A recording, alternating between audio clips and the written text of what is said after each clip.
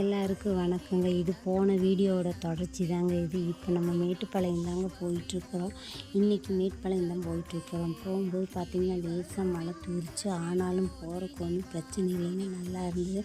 2 பக்கம் பாக்கு தோப்பு, தென்னந்தோப்பு நல்லா இருந்ததுங்க. நாங்களே இந்த கோயிலுக்கு போய் ரொம்ப வருஷம் ஆச்சுங்க. அதனால் திடீர்னு இன்றைக்கி நம்ம கிளம்பி போனோம். கோயில் அவ்வளோக்கா கூட்டம் இல்லைங்க. இன்றைக்கி அமாவாசைங்கிறனால எல்லாம் வீட்லேயே சாமி கும்பிடுவாங்க இல்லைங்களா, அதனால யாரும் வரலையாட்டிருக்குங்க.